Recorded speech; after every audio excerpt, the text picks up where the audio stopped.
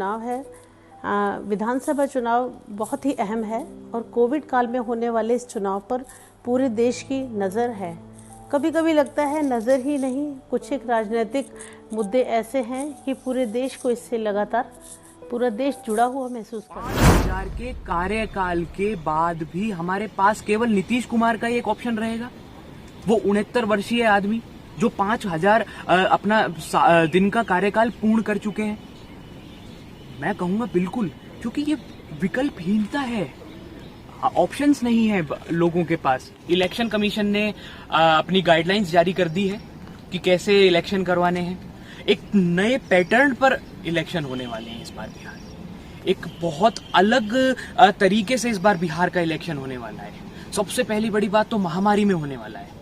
यदि देखा जाए तो दुनिया भर के 34 देशों ने नेशनल असेंबली और साथ ही साथ प्रेसिडेंशियल इलेक्शंस को इस महामारी में आराम से करा लिया है, जिसमें कि हमारा पड़ोसी देश श्रीलंका भी है, साउथ कोरिया भी है और सिंगापुर भी है।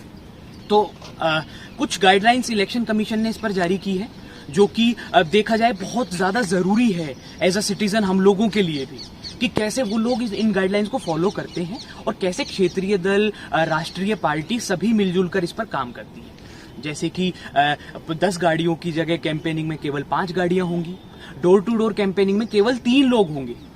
साथ ही साथ ये भी एक नया इस बार देखने को मिला है कि जो कोरोना संक्रमित हैं या कोरोना से सस्पेक्टेड जो लोग हैं, उनको इस पर इलेक्शन कमीशन ने last day and last hour, यानी कि आखिरी दिन के आखिरी घंटे पर उनको वोट देने की परमिशन दी है। यानी कि आप जिस दिन इलेक्शन संपन्न होंगे उस दिन के आखिरी घंटे पर जाकर आप उस पर वोट कर सकेंगे।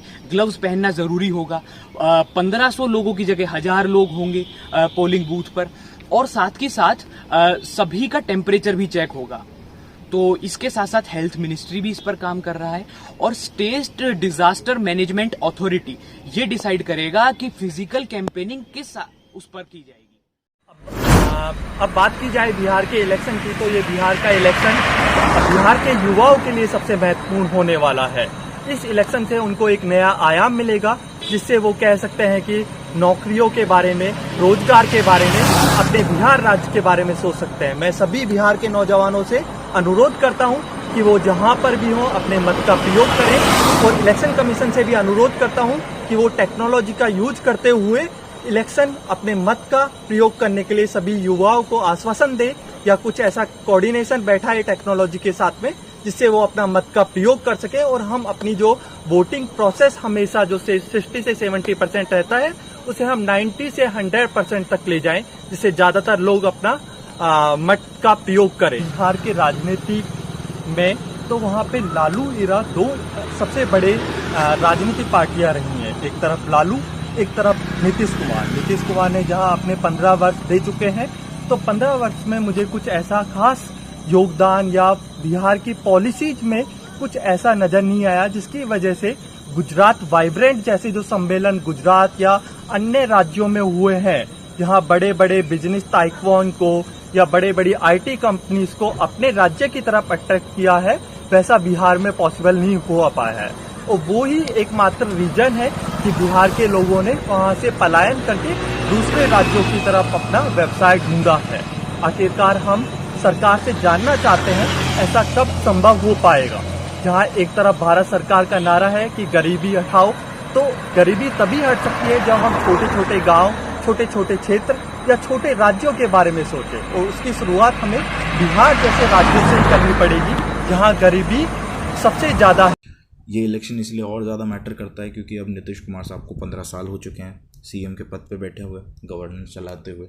उन्होंने एक अलायंस को छोड़ा, दूसरे अलायंस में गए, फिर दूसरे अलायंस को छोड़ के फिर पहले अलायंस में आए।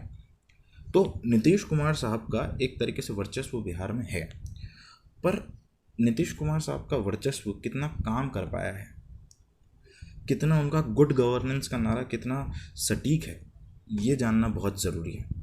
क्योंकि हाँ, मानते हैं कि 20 साल पुराने बिहार से अभी का बिहार थोड़ा बेहतर है, पर फिर भी बेहतर का भी एक स्टैंडर्ड होना चाहिए कि बिहार में आज भी जातिगत समीकरण बहुत इम्पॉर्टेंट है।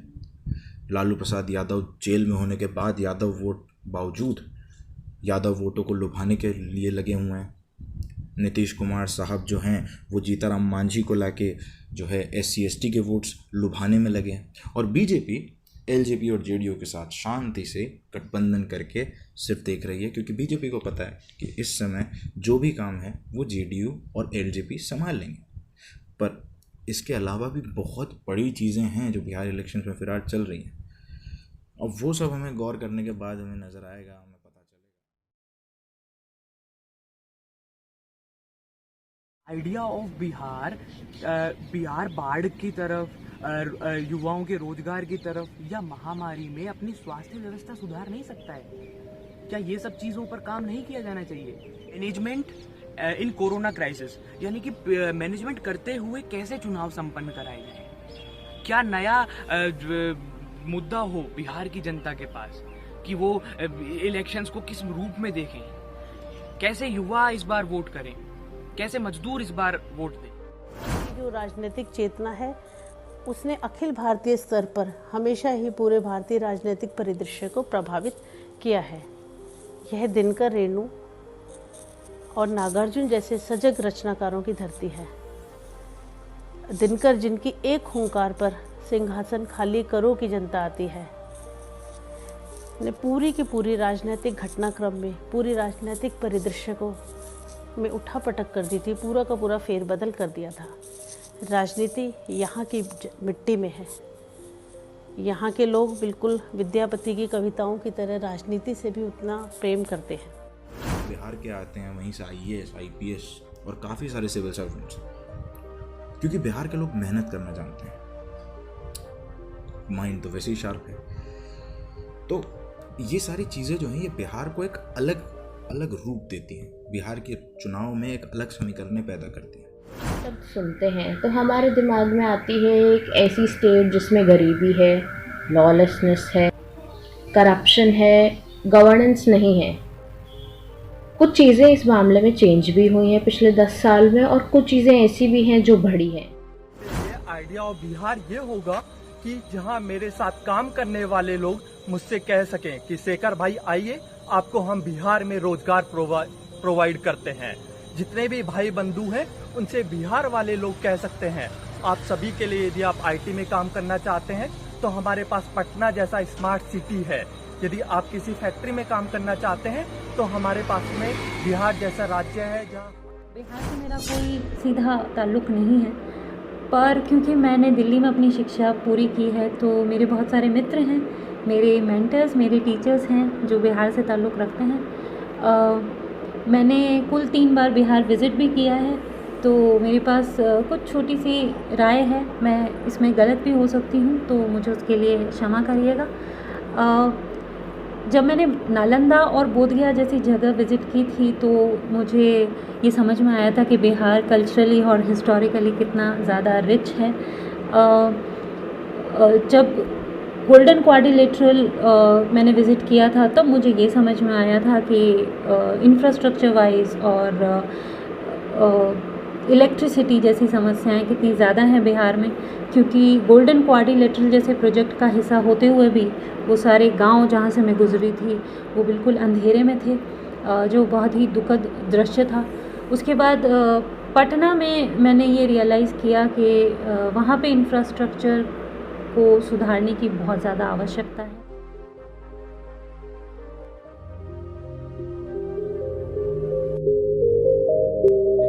बिहारी परिवेश के लोगों से मुलाकात की और उनसे जानने का कोशिश की कि बिहार में आखिरकार क्या समस्याएं हैं कि वहां पर IT सेटअप, स्टार्टअप या बड़े बड़े बिजनेस फैक्ट्रियां स्टेबलाइज नहीं हो पाई हैं। आखिर क्या समस्याएं हैं, तो इसका मैंने जानने का कोशिश किया आखिर क्या समस्याएं हैं। तो बात की जाए तो किसी भी राज्य में यदि फैक्ट्री, IT कंपनी या स्टार्टअप की शुरुआत की जाए तो वहाँ पर प्रॉपर इंफ्रास्ट्रक्चर का होना जरूरी है, और इंफ्रास्ट्रक्चर तभी पॉसिबल है जब वहाँ की सरकार के जो नियम हो, कैसे बिजनेस को बढ़ावा दिया जाए, कैसे कंपनियों को अपनी तरफ अट्रैक्ट किया जाए। आए दिन हम सुनते रहते हैं कि किस तरह सभी राज्य जो हैं वो आपस में एक होड़ में लगे हुए हैं अपनी पर कैपिटा इनकम बढ़ाने के लिए और इंडस्ट्रियल डेवलपमेंट के लिए। जहाँ बिहार की बात आती है तो हम देखते हैं कि कोई किसी भी प्रकार का इंडस्ट्रियल डेवलपमेंट हमें देखने को नहीं मिलता है और उसके लिए जनरली जो सत्ता में सरकारें होती हैं वो ये एक्सक्यूज़ देती हैं कि जगह की कमी है या पॉपुलेशन डेंसिटी बहुत ज़्यादा है। तो मुझे लगता है ये सारे मुद्दे बहुत इम्पॉर्टेंट हैं। आने वाली सरकारों को इसके ऊपर ध्यान देना चाहिए कि पॉपुलेशन डेंसिटी हाँ बिहार की बहुत ज़्यादा है तो उसके ऊपर काम करना चाहिए। दूसरा, आपके रिसोर्सेज अगर पॉपुलेशन ही हैं तो उनको पलायन करने पे मजबूर करने की बजाय वहीं पर एक एम्प्लॉयमेंट अपॉर्चुनिटी प्रोवाइड करी जानी चाहिए। बड़े ही कंट्रोल्ड वे में होने वाला है। कोरोना वायरस और फ्लड तो बड़े इंपॉर्टेंट इश्यूज है बिहार इलेक्टोरेट्स के लिए। सो कोरोना वायरस और फ्लड दोनों ही डिसाइडिंग फैक्टर हो सकते हैं करंट गवर्नमेंट के लिए और जो पोजीशन है that is willing to come into power. Position के जो लीडर्स हैं वो भी बिहार गवर्नमेंट को उसके कोरोना वायरस के मैनेजमेंट के लिए टारगेट कर रहे हैं, फ्लड मैनेजमेंट के लिए टारगेट कर रहे हैं। बिहार की कई ऐसे डिस्ट्रिक्ट्स हैं जो आज भी पूरी तरह से फ्लड के अंदर है।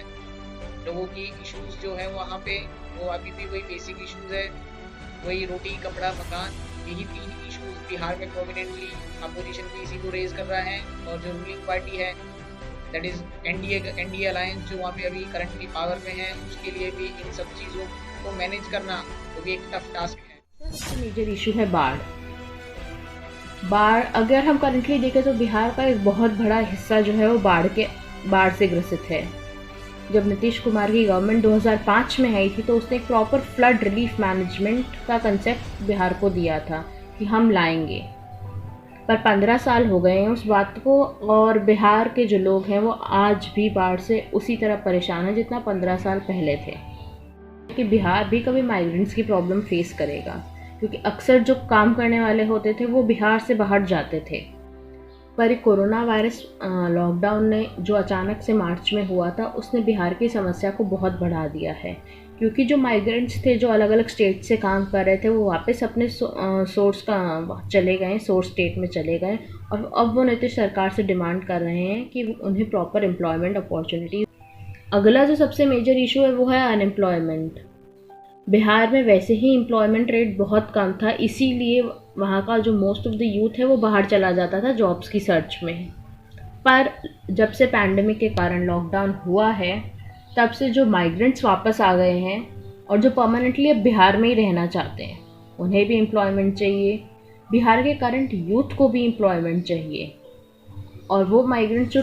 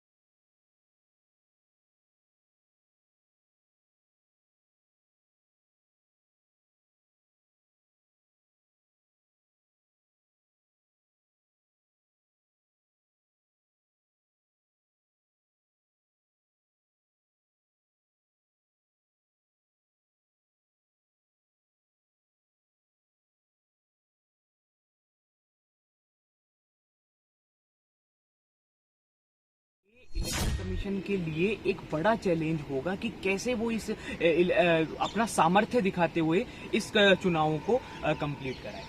और बहुत जरूरी होगा ये क्योंकि बाकी देश पड़ोसी देशों की हम पर नजर है कि कैसे हम ये इलेक्शन करा सकते हैं। लोगों के पास डिजिटल इंडिया के नाम पर फोन नहीं है, इंटरनेट डिवाइसेस नहीं है वो वर्चुअल कैंपेनिंग, वो डिजिटल कैंपेनिंग जो बीजेपी बोल रही है, जिसका समर्थन बीजेपी कर रही है, मैं मानता हूं इस काल में वो बहुत जरूरी हमारी आवश्यकता है।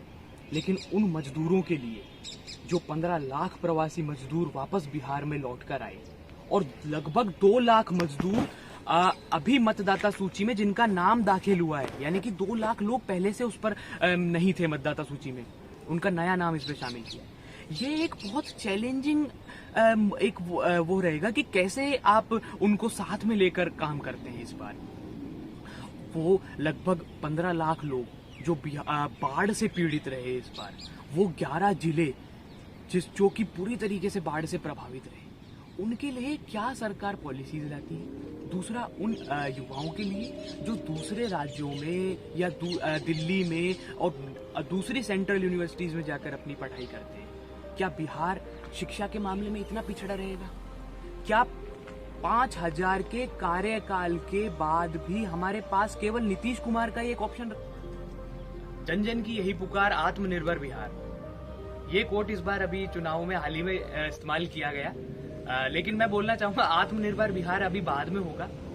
अभी कुछ विशेष नीतियां जिनका पालन अभी कराया जाए वो बहुत जरूरी होंगी बिहार के लिए, क्योंकि आत्मनिर्भर बिहार अभी कोसों दूर है अब इस सपने से। और कुछ जो वहां के अभी स्थानीय मुद्दे हैं उस पर ध्यान केंद्रित किया जाए सरकार का, और कोई सा भी दल सत्ता में आए, कोई सी भी पार्टी सत्ता में आए, लेकिन सभी की आवाज को, हर बिहार के नागरिक की आवाज को और हर भारतीय नागरिक की आवाज को वहां इस चुनाव में रखा जाए। हम इससे